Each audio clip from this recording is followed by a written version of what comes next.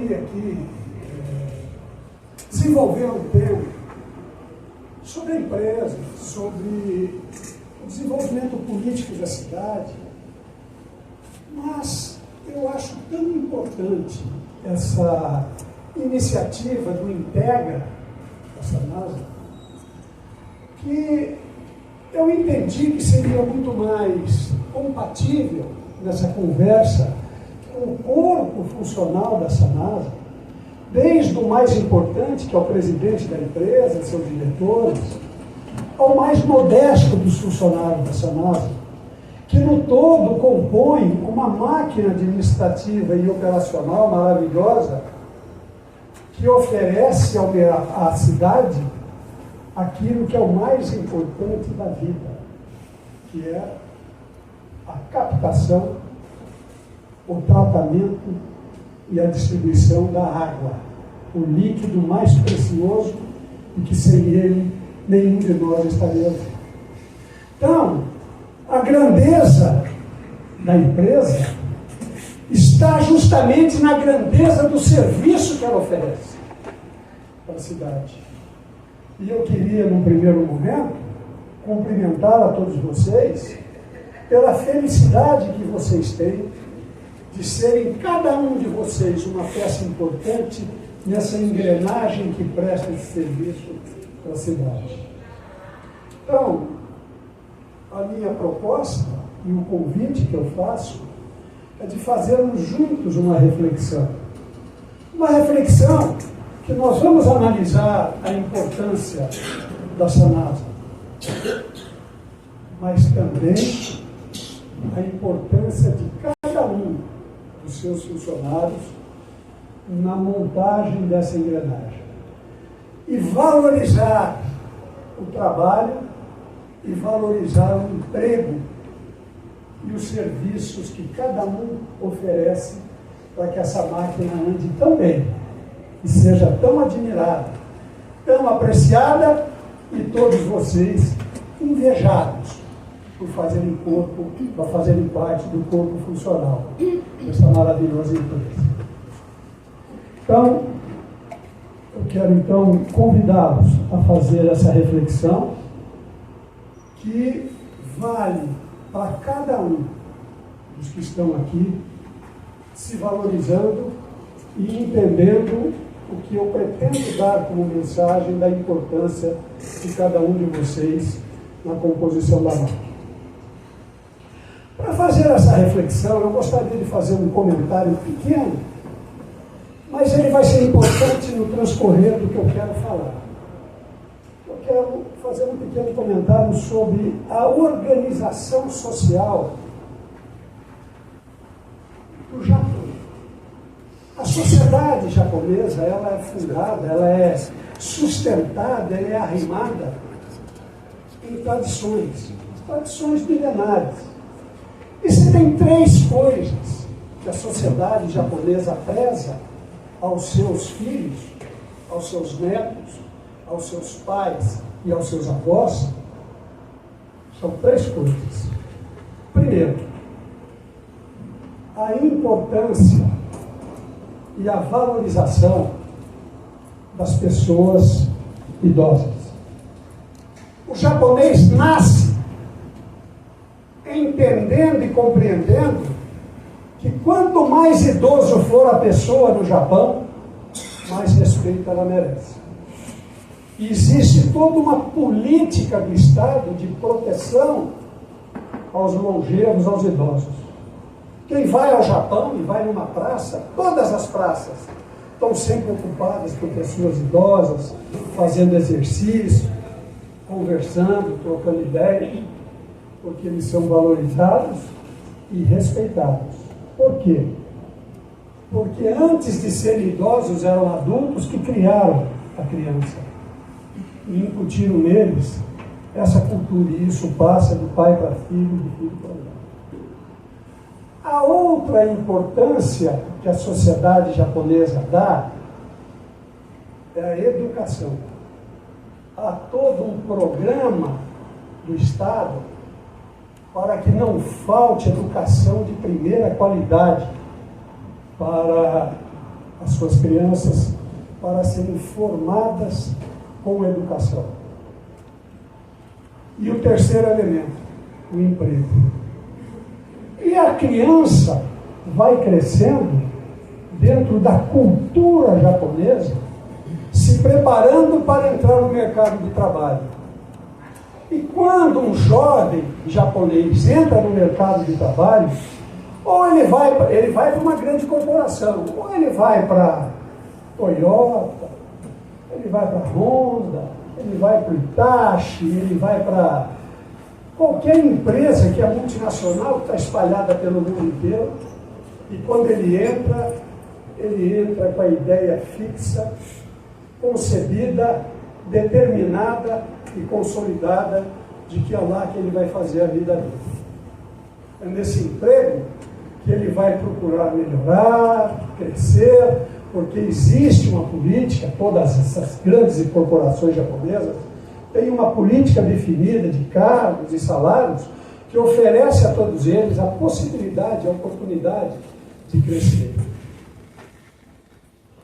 Dito isso, eu volto à nossa querida Sanasa. Eu me lembro que Campinas é uma cidade que hoje é uma megalópole. É uma cidade que não pertence mais aos campineiros. Aqui nessa plateia tem muita gente que com certeza não é de Campinas. E se os campineiros que estão aqui, com certeza a maioria são filhos de pessoas que no passado vieram para cá em busca de mercado de trabalho, qualidade de vida, e essas pessoas é que construíram essa megalópole que nós vivemos hoje. Estou falando da década de 60, que, diga-se de passagem, na década de 60, é quando estava uma juventude nascida em 1950 que transformou o mundo.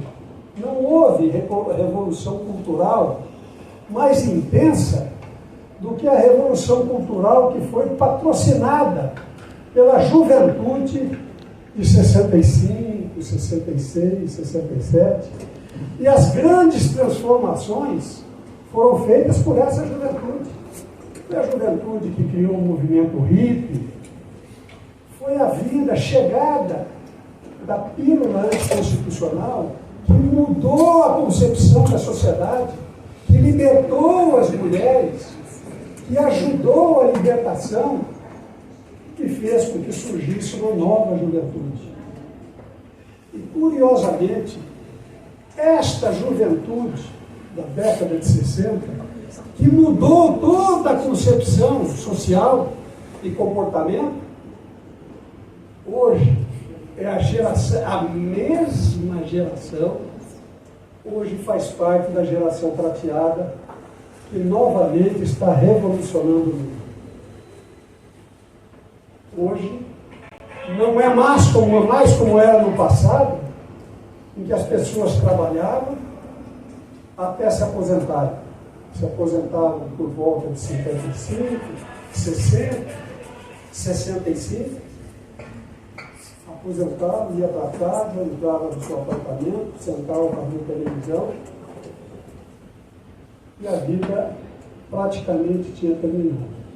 Hoje, com a geração prateada, não se admite mais esse pensamento. Até porque há um conceito no mundo que diz que o homem que vai viver 150 anos já nasceu.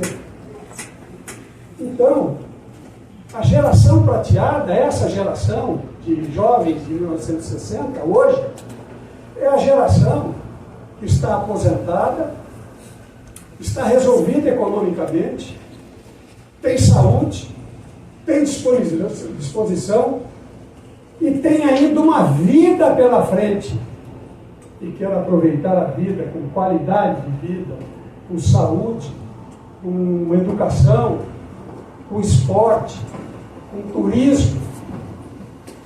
Pois bem.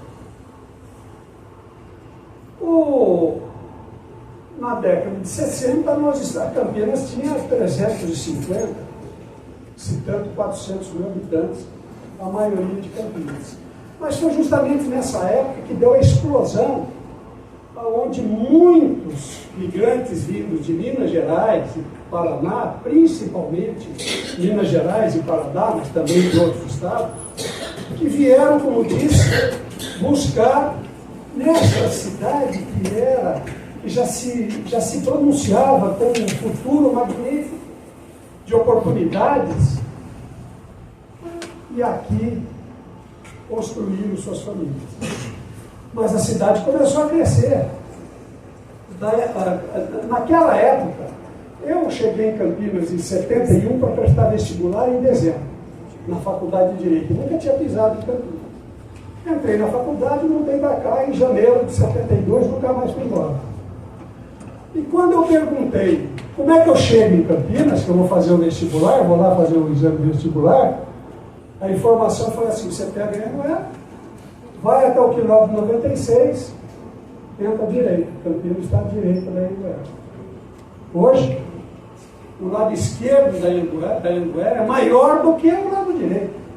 É uma outra Campinas. E diga-se, quem conhece o passado e sabe, toda aquela Campinas do lado esquerdo da Anhanguera foi construída através de loteamentos clandestinos, sem infraestrutura. Hoje, a cada dia eu vejo notícia da Coab e da Secretaria da Habitação fazendo regularização fundiária, entregando escrituras para essas famílias que há 50 anos esperam suas escrituras. E o que significa, e o que eu quero dizer com isso? Foi que este crescimento que fez com que houvesse a visão de estadista, dos administradores da época, para entender que a cidade prenunciava um futuro diferente das outras cidades da região e do estado. Campinas era efetivamente a cidade que se pronunciava ser o que ela é hoje, uma grande unidade. Naquela época, o prefeito de Campinas era o Moraes Quercia, ele foi eleito em 1968 e colocou como diretor da companhia, do Departamento de Água e Esgoto, DAE, o Lauro Pérez Gonçalves. E ele foi tão bem sucedido no trabalho de expandir a distribuição de água, a captação, tratamento, que deu a ele tal visibilidade na cidade que fez com que ele vencesse as eleições, ganhasse a eleição. Em 72 para prefeito, vencendo o político mais popular da cidade e querido, que era o Chico Amaral. O Lauro ganhou do Chico Amaral, justamente pelo trabalho que ele fazia no Ribeirão. Assumiu a prefeitura, entregou ao engenheiro Zé Elísio a direção do DAE e, claro, enxergou com clareza de quem tem visão de estadista, de que não dava para continuar o serviço de captação, tratamento de água na cidade, um departamento de águas e esgoto, com a cidade crescendo do jeito que estava crescendo. Aí nasceu a Sanasa. Tanta verdade que a Sanasa é uma empresa pública, municipal, que tem dois acionistas, acho que cada um tem uma ação. Era o Lauro Pérez e o Osair Riso, que era o diretor do DAE e foi o primeiro presidente da Sanasa. E essa foi a evolução da cidade.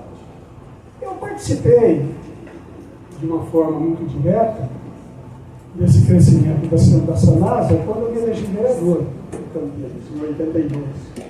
Me elegi vereador junto com o Maurício Teixeira, que era o nosso prefeito, e o vice-prefeito era o Vanderlei Simeonato, era um deputado estadual, tinha sido vereador, era um deputado estadual, e se elegeu vice-prefeito do Magalhães, e o Magalhães o colocou como presidente da Sanasa, e ele foi por 6 anos presidente da Sanasa. E depois eu voltei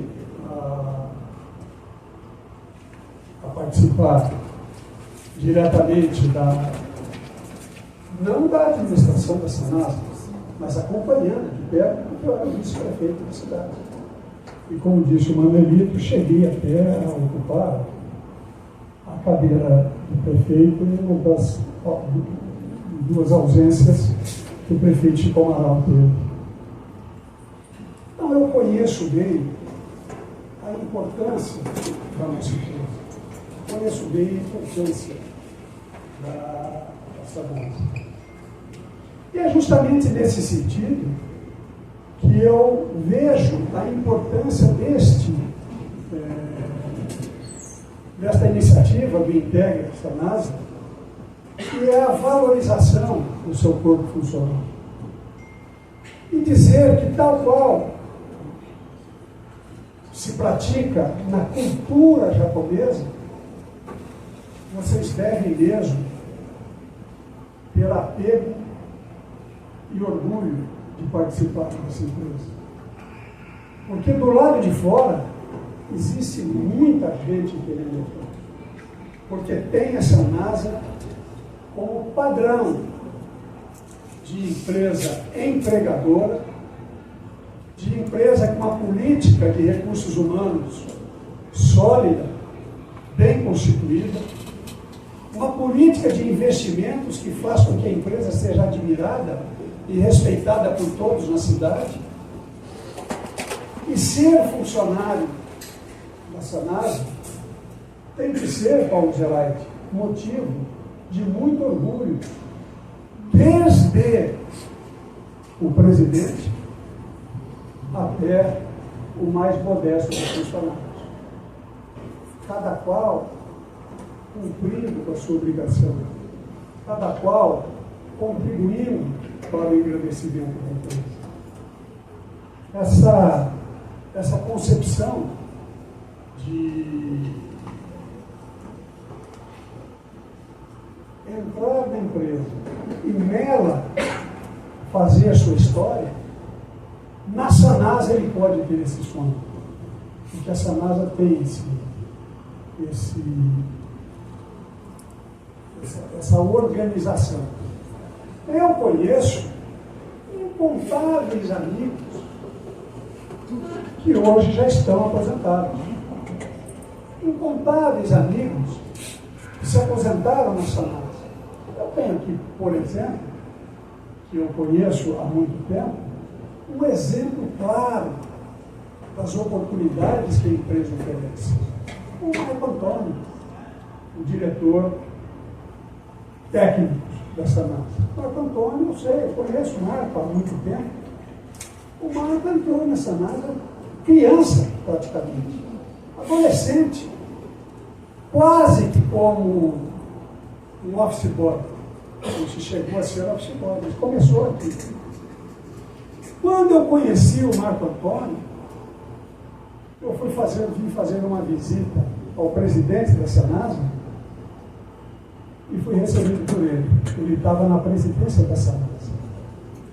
Acho que no governo Hélio de Oliveira Santos. E eu me lembro que eu disse, mas, poxa vida, você é tão jovem, funcionário da Sanasa. Ele disse assim, sou jovem mesmo, mas conheço tudo da empresa. Nasci aqui dentro. Mas ele teve essa oportunidade. O mesmo digo, por exemplo, do meu amigo pessoal, que é o Rovério Pagotto, que é engenheiro da empresa, há 40 anos está na empresa. 40 anos. Conheci o Rovério porque ele é genro de um dos meus maiores amigos que tive aqui em Campinas, do Jarbas Rossi, que já se foi, já não está entre nós. E nessa ocasião é que eu conheci o Rovério. E sei o quanto é bem formada a sua família, ele e a Mineira, sua esposa e seu filho,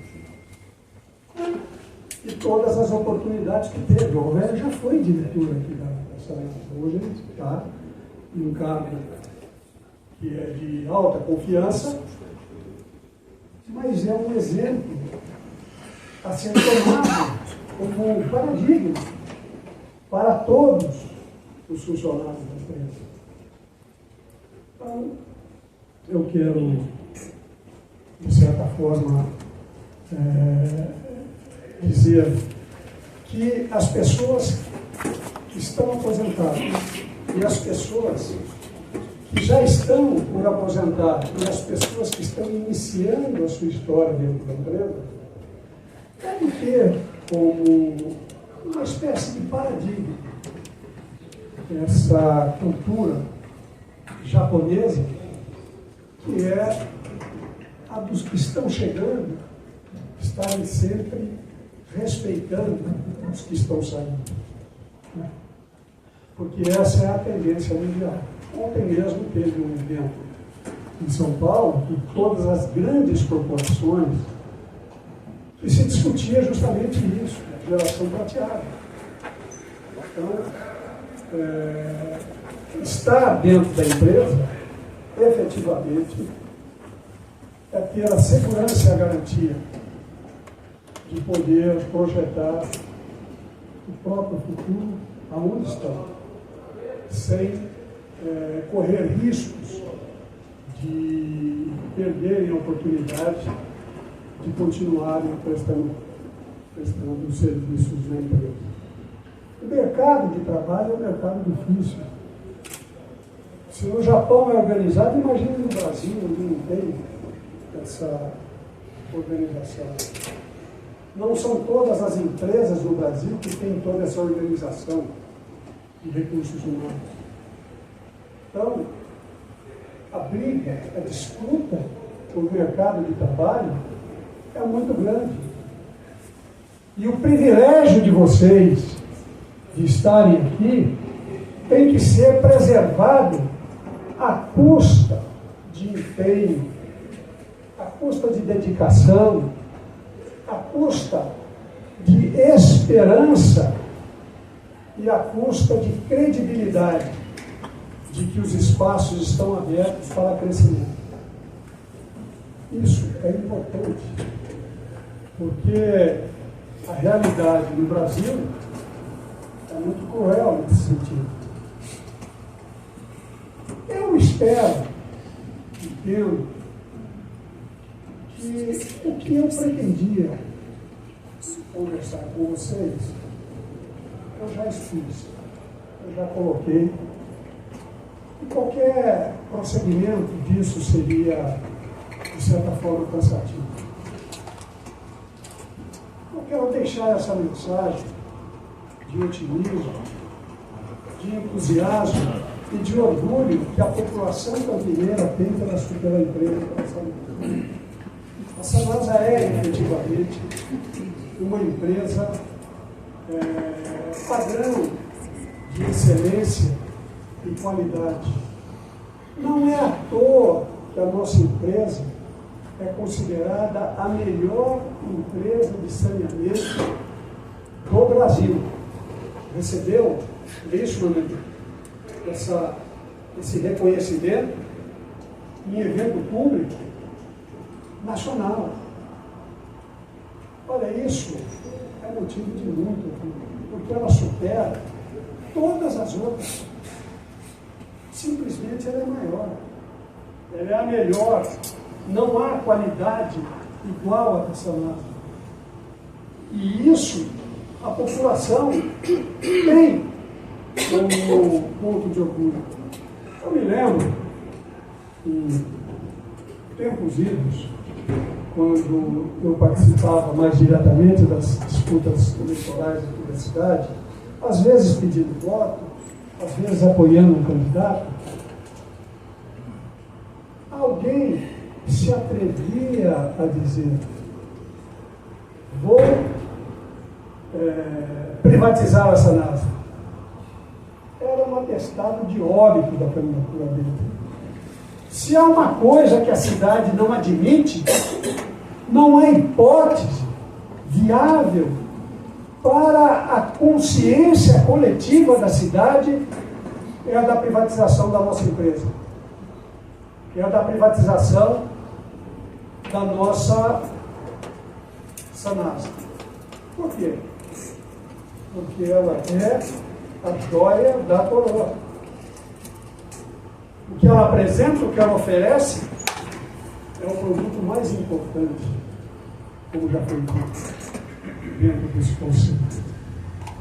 Então, vou deixar essa mensagem, já como quem está estar participando diretamente da geração prateada.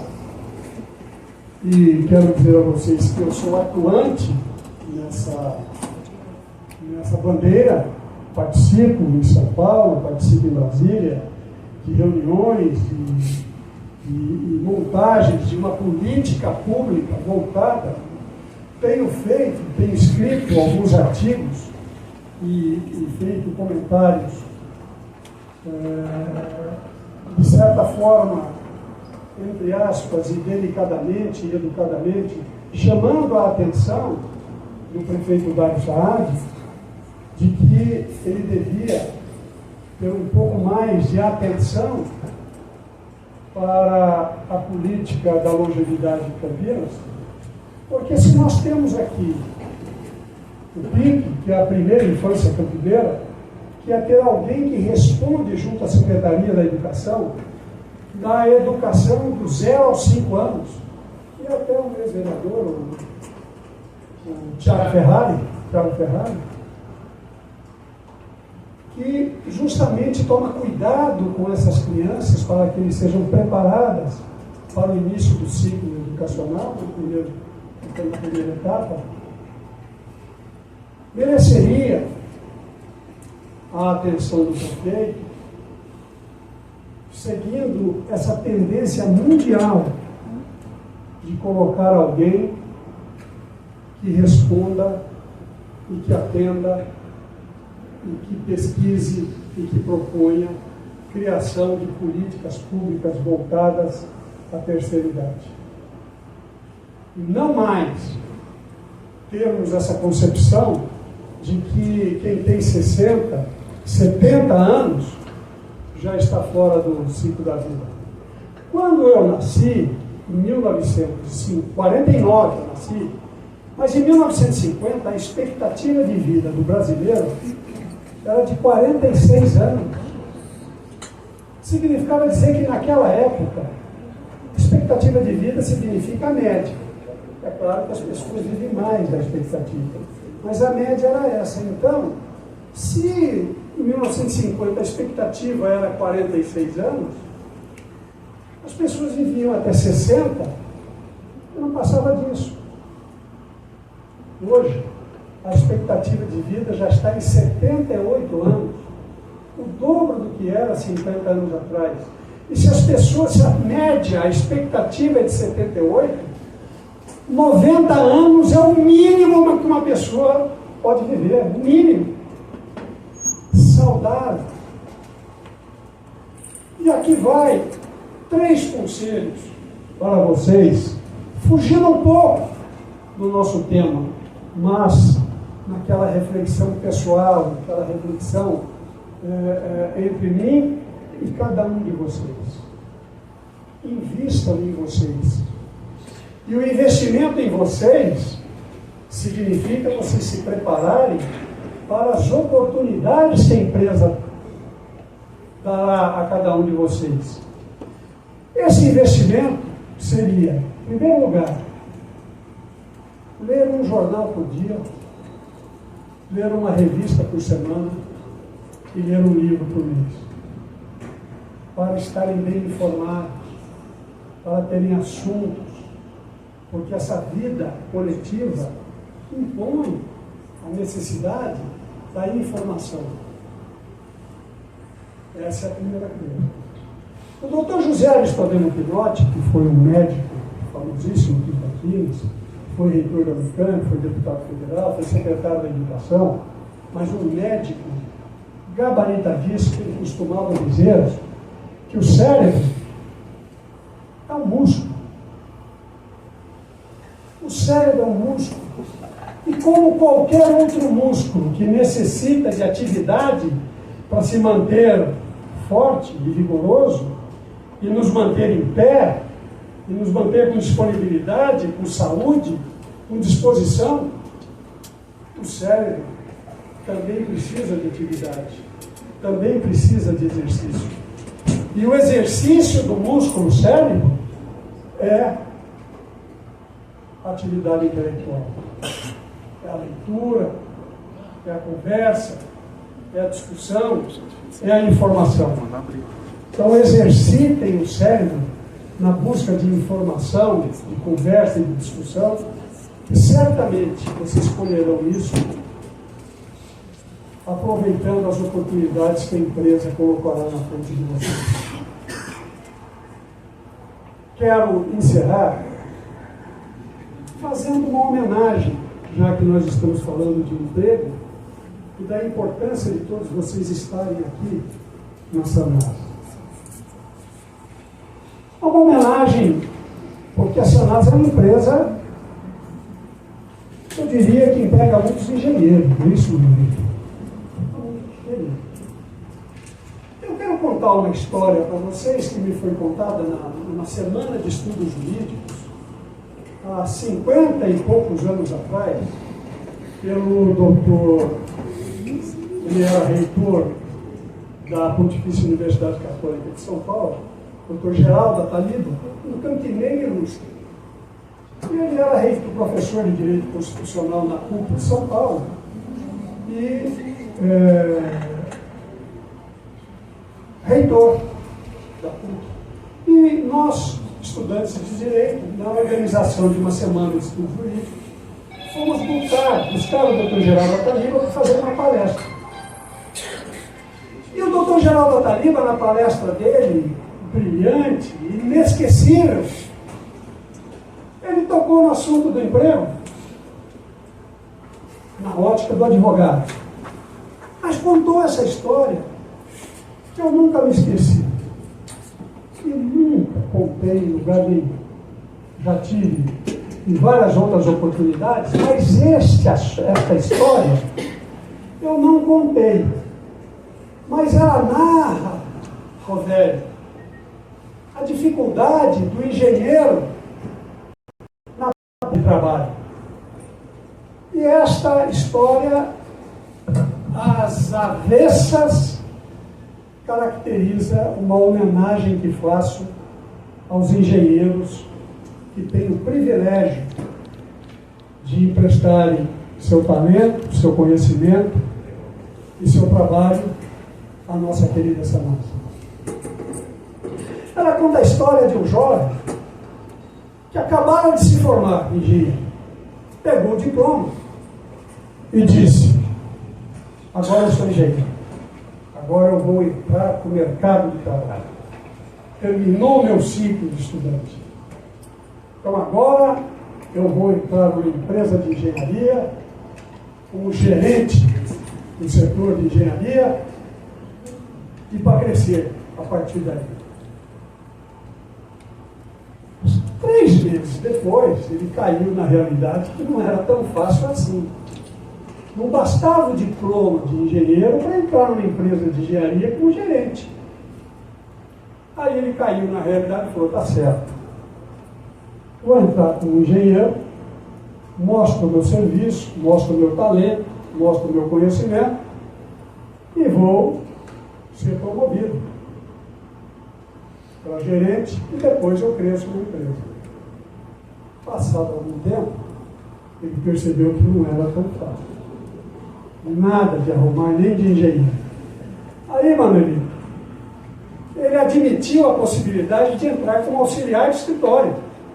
Cadê eu entro como auxiliar de escritório? Mas eu sou engenheiro, logo vão perceber que eu sou um cara diferenciado e cresço na empresa. Passei engenheiro, depois gerente e depois eu cresço.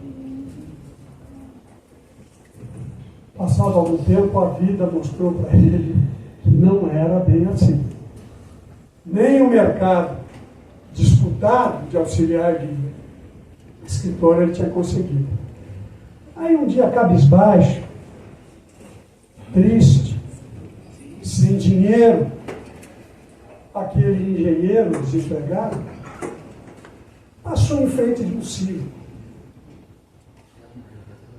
E ele viu que na porta do circo tinha uma placa. Estava escrito assim: precisa-se de equilibrista. Eu falo assim: se tem uma coisa que eu estou fazendo na minha vida é me equilibrar. Quem sabe aí eu consigo arrumar um dinheirinho para eu me vivendo como equilibrista. Depois eu arrumo um emprego de auxiliar de escritório, saio para trabalhar e tal. Entrou, foi falar com o dono do circo. Falou: vocês estão precisando de equilibrista? Ele falou: estamos. Eu me candidato à vaga. Você sabe se equilibrar? Ah, eu me equilibro. É corda bamba, hein? Ele falou: não, eu aceito o desafio. Ele falou assim: olha, então faz o seguinte, você está contratado.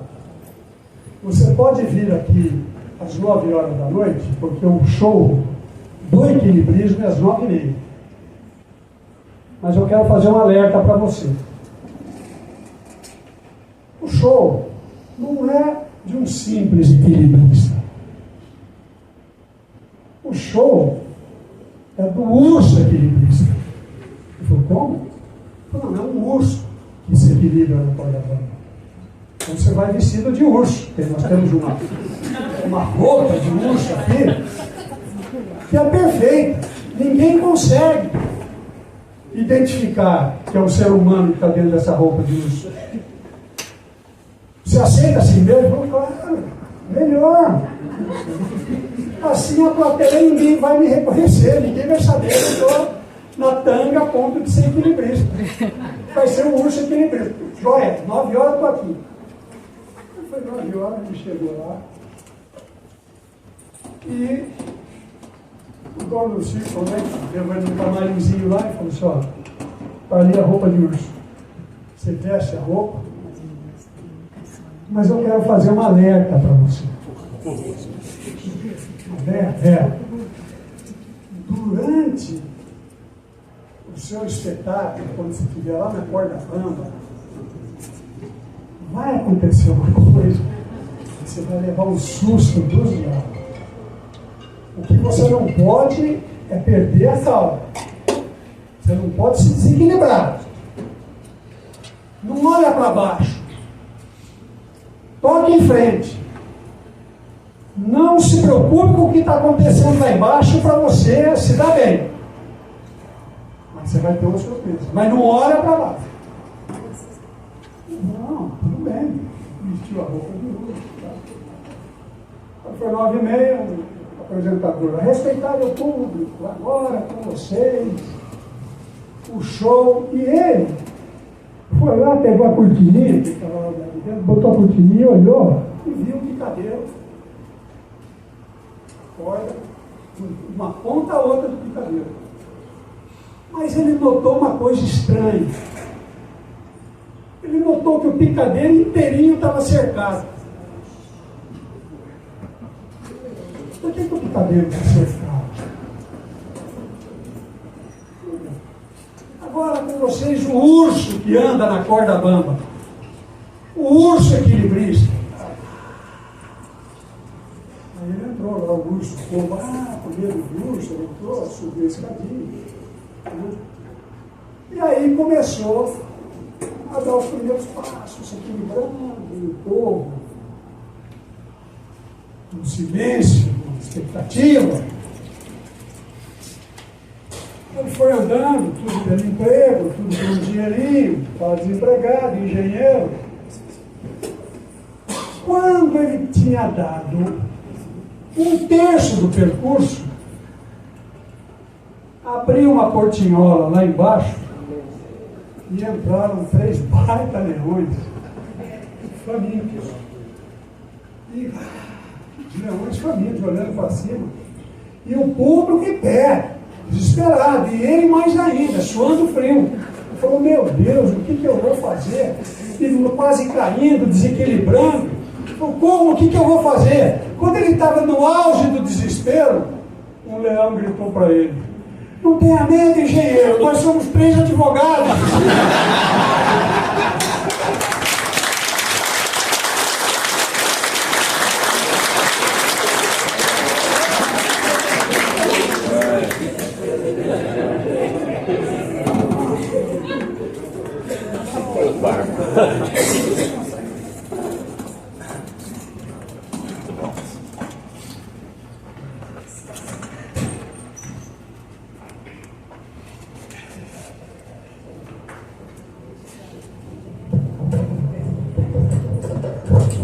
Obrigado, Cruz. Só quero te dar uma má notícia. Aqui é onde se mata um leão por dia.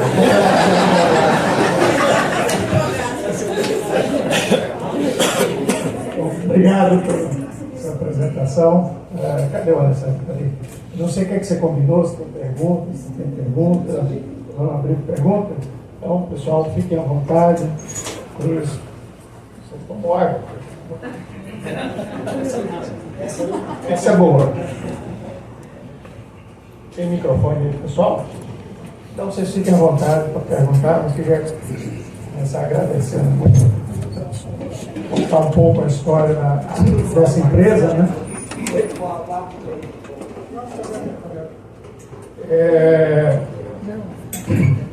Contar um pouco da sua experiência com essa empresa, né? Sempre muito importante relembrar de onde viemos, né? Para a gente ter certeza de onde a gente quer chegar, né? Aqui todo dia a gente tem que lembrar que nós não chegamos, nós ainda estamos no caminho, né? Essa é a essência de uma empresa como a Sanasa. Está sempre evoluindo, está sempre caminhando, né? Temos perguntas, temos inscritos. Fiquem à vontade, pessoal.